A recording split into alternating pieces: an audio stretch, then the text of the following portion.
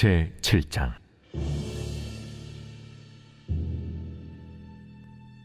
또 여호와의 말씀이 내게 임하여 이르시되, 너 인자야, 주 여호와께서 이스라엘 땅에 관하여 이같이 말씀하셨느니라.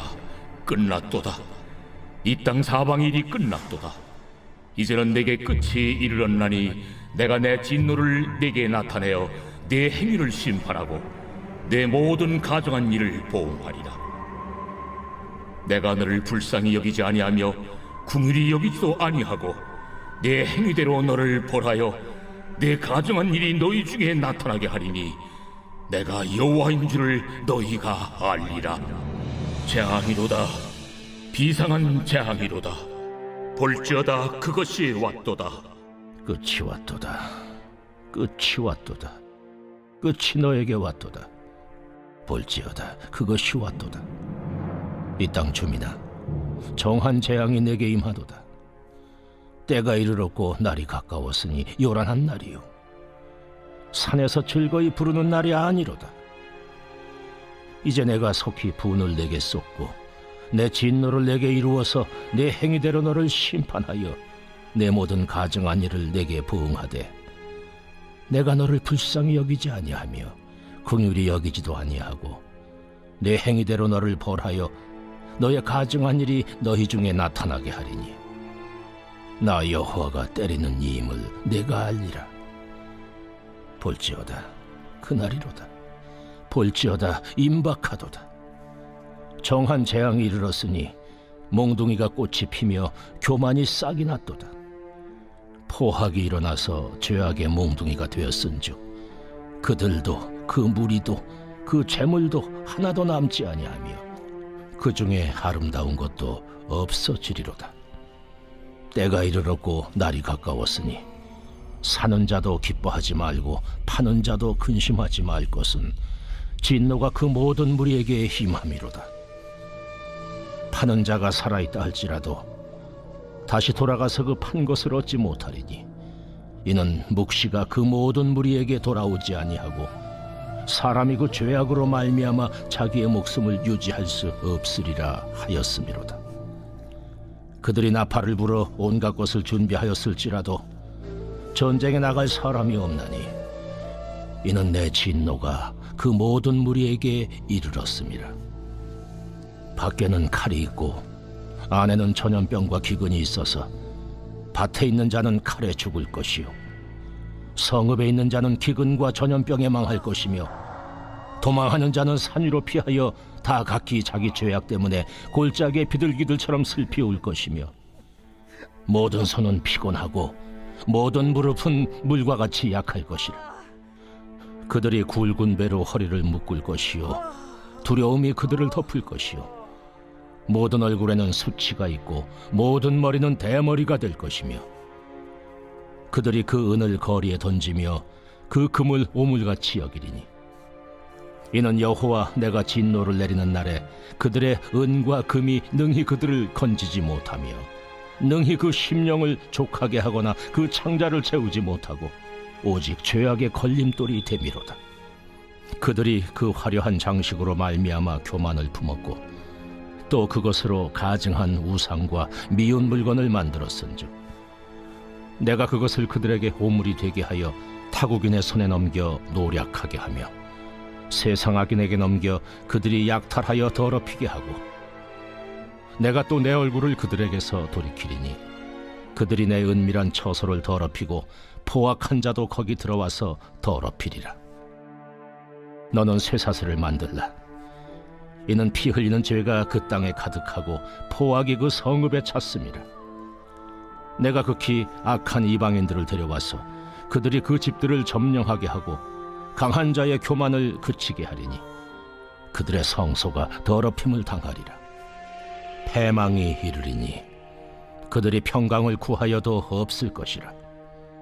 환난에 환난이 더하고 소문에 소문이 더할 때에 그들이 선지자에게서 묵시를 구하나 헛될 것이며 제사장에게는 율법이 없어질 것이요 장로에게는 책략이 없어질 것이며 왕은 애통하고 고관은 놀람을 옷입듯하며 주민의 손은 떨리리라. 내가 그 행위대로 그들에게 갚고 그 죄악대로 그들을 심판하리니 내가 여호와인 줄 그들이 아니라. 오늘의 말씀 에스겔 7장의 말씀입니다. 에스겔 7장은 계속해서 이스라엘의 종말이 임박하였음을 선언하고 있습니다. 2절을 보면 하나님께서 범죄로 가득한 이스라엘 땅에 관하여서 끝났도다 라는 말씀을 반복하시면서 그들에게 심판이 임박하였음을 선언하고 계십니다. 또 3절 말씀에는 끝이 이르렀다 라는 말씀과 함께 진노로 그 악행을 심판하고 모든 가증한 일에 보응할 것임을 말씀하고 계십니다. 이어서 4절에서는 불쌍히 여기지도 국률이 여기지도 않을 것이라는 말씀을 통해서 철저히 심판을 하실 것임을 경고하고 계십니다. 여기서 끝났다라는 말은 이스라엘의 종말을 돌이킬 수 없다라는 분명한 사실임을 강조하고 계신 겁니다.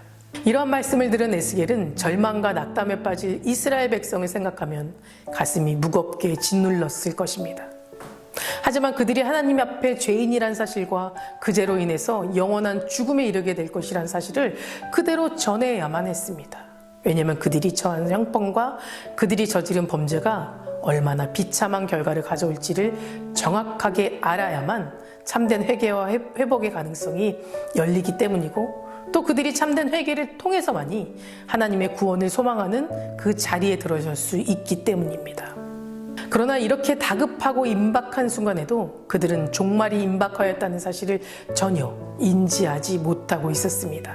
오히려 자신들을 위협하는 바벨론이야말로 곧 멸망할 것이라고 생각했습니다. 하지만 이들의 믿음과는 달리 멸망의 기운이 점점 그들을 감싸고 있었고 죽음과 탄식의 그림자가 그들을 덮고 있었습니다. 6절과 7절의 말씀을 보면 끝이 왔도다, 끝이 왔도다, 끝이 너에게 왔도다, 볼지어다 그것이 왔도다, 이 땅 주민아 정한 재앙이 내게 임하였도다 라고 말씀하고 있습니다. 여기서 이스라엘의 멸망에 대하여 무렵 3번이나 반복해서 끝이 왔도다 라고 표현하시면서 이 땅 주민아 정한 재앙이 너에게 왔도다 라고 말씀하고 있습니다. 이는 심판이 다른 사람이 아닌 이스라엘에게 임하였다는 사실을 강조하고 있는 겁니다. 이러한 본문의 표현은 대단히 중요한 의미를 내포하고 있습니다. 그들은 자신들의 바벨론의 압제를 받고는 있지만 결코 완전한 파멸은 당하지 않을 거라고 생각하고 있었습니다. 이렇게 완전한 파멸, 또 완전한 심판은 이방인들, 하나님을 믿지 않는 자들이 당하는 것이지 자신들은 결코 심판과는 무관하다고 생각했던 겁니다. 그런 그들을 향해 하나님께서는 그 심판이 바로 너에게 내게 닥칠 것이라는 것을 분명하게 말씀하신 겁니다. 그리고 하나님의 경고 그대로 심판과 멸망은 다른 누구에게도가 아닌 이스라엘에게 그대로 임하게 되었습니다. 본문의 말씀은 하나님을 믿으며 살고 있는 우리에게도 큰 경각심을 주는 말씀입니다. 우리는 가끔 하나님의 백성으로 택함을 받고 또 예수 그리스도의 십자가를 통해 구원을 받았음에도 성도의 삶과는 먼 교만과 거짓, 또 죄악에 빠져 살아가는 사람들을 보게 됩니다. 그들은 입으로는 하나님을 믿는다고 말하고 또 구원받았다고 고백하지만 그들의 삶의 모습에서는 마치 이스라엘 백성들이 죄악에 빠져 살면서도 자신들은 아브라함의 자손이고 또 하나님께 택함받은 백성이라고 자랑했던 것과 비슷하게 살아간다는 겁니다. 오늘 말씀을 통해 우리는 이스라엘처럼 잘못된 생각을 가지고 살고 있지는 않는지 생각해 봐야 합니다. 이방 족속에게만 심판이 임하고 자신들은 심판과 무관하다고 생각하고 방종한 삶, 완악한 삶을 살았던 이스라엘처럼 우리도 스스로 하나님을 믿는다고 말하고 구원받았다고 고백하면서 죄악된 삶에 치우쳐 살고 있지는 않는지 뒤돌아봐야만 합니다. 왜냐하면 그들에게 하나님께서는 심판을 예고하셨고 이를 이루실 거라고 하신 그 말씀이 오늘날 우리에게도 동일하게 적용되는 말씀이기 때문입니다. 오늘 말씀 후반부를 보면 이스라엘 백성들을 바라보고 계시는 하나님의 안타까운 심정을 엿볼 수 있습니다. 11절 말씀을 보면 그들이 나팔을 불어 온갖 것을 준비하였을지라도 전쟁에 나갈 사람이 없나니 이는 내 진노가 그 모든 무리에게 이르렀습니다 라고 말씀하고 있습니다. 그들이 나팔을 불어 온갖 것을 준비하였다는 표현은 이것은 그들이 전쟁에 대비하여 나름의 준비를 하였음을 보여주고 있는 겁니다.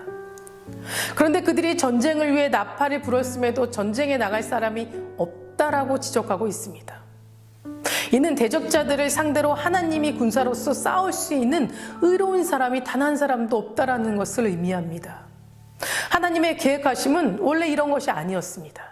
하나님께서는 자신이 택하신 이스라엘 백성들을 하나님의 군사로서 그 어떤 대적자들보다 강하고 존경받는 민족으로 세우시기를 원하셨습니다.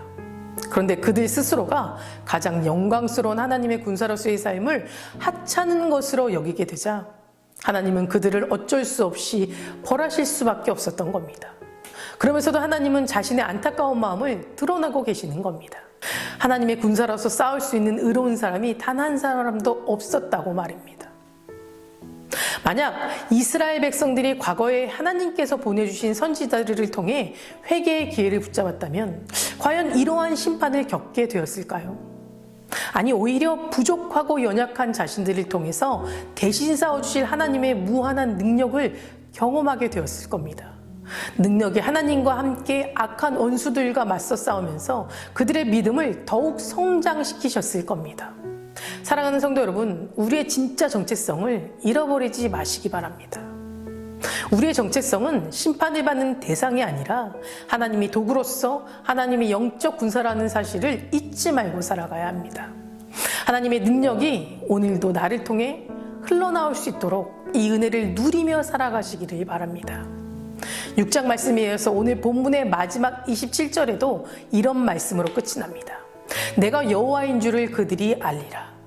이 말씀은 하나님의 심판을 결코 믿지 않았고 또 비웃던 그들이 혹독한 심판을 경험하고 나서야 이를 뒤늦게 깨달아 알게 되었다는 것을 의미해 주는 겁니다. 우리는 결코 이러한 불순종과 패역함을 반복해서는 안 될 겁니다. 하나님을 심판날에 가서야 비로소 알게 된다는 것은 우리에게 결코 아무 유익이 되지 못하고 결국 심판을 면치 못하게 될 것이기 때문입니다. 심판에 이르기 전에 우리에게 말씀하시는 바로 지금 이 순간에 하나님을 알아야 하며 그분을 인정해야만 합니다. 하나님의 자비하심을 쉽게 생각하지 말고 하나님의 영위하심과 공의로우심을 헤아리고 의로운 삶을 살아가 보시기 바랍니다. 그렇게 될 때 우리는 하나님이 인정하는 자가 되어서 이 세상에서 하나님의 복을 누리고 하나님의 자비와 은혜를 경험하게 되고 마지막 심판날에는 특별히 구원의 자리에 굳세게 세워지는 영광을 누리게 될 줄 믿습니다. 다 같이 기도하시겠습니다. 오늘은 화요일입니다. 화요일의 공동기도 제목은 코로나의 종식을 위해서 기도하겠습니다. 예배와 일상이 회복되도록 기도해 주시고 코로나로부터 성도님들의 건강을 지켜달라고 함께 기도해 주시기 바랍니다. 자비로우신 하나님 아버지, 이 새벽 주님 앞 부르심에 나옵니다. 어려운 시대를 살아가고 있는 우리가 세상의 것과 구별되는 삶을 살아갈 수 있도록 늘 깨어 기도하고 또 세밀한 하나님의 음성에 귀 기울이며 살아갈 수 있도록 인도하여 주시옵소서. 세상 것이 우리 삶의 최우선이 되지 않게 하시고 하나님이 우리 삶의 최우선이 되는 삶을 살아가도록 인도하여 주시옵소서. 특별히 코로나로부터 교회와 성도들의 삶을 지켜주실 줄 믿습니다. 하루속히 일상이 회복되게 하시고 불안과 염려가 아니라 평안과 감사로 살아갈 수 있도록 인도하여 주시옵소서. 더욱 하나님의 말씀을 붙잡고 예배하는 믿음의 성도들 될 수 있도록 우리의 믿음 또한 회복시켜 주시옵소서. 담임 목사님 말씀 선포하실 때마다 은혜로 가득 채워주시고 선포되는 말씀을 듣는 모든 성도들의 마음이 열리고 그 말씀을 붙잡고 일어서는 귀한 역사가 일어날 수 있도록 도와주시옵소서. 다음 세대 아이들의 믿음을 지켜주시 믿습니다. 가정마다 우리 아이들이 왜 기도하고 함께 예배할 수 있는 믿음의 가정으로 세워주시옵소서. 암으로 치유받고 있는 박재순 권사님, 유은영 권사님, 김정수 집사님, 오유미 성도, 박서연 청년, 유경민 청년 깨끗이 치유받게 하여 주실 줄 믿습니다. 투석 중인 성도님들 또 사고로 입원 중인 성도님들 힘을 더하여 주시고 우울증, 공황장애, 불면증 겪고 있는 성도님들에게는 평안함 또한 허락하여 주시옵소서. 이 모든 말씀 예수 그리스도 이름으로 간절히 기도합니다. 아멘.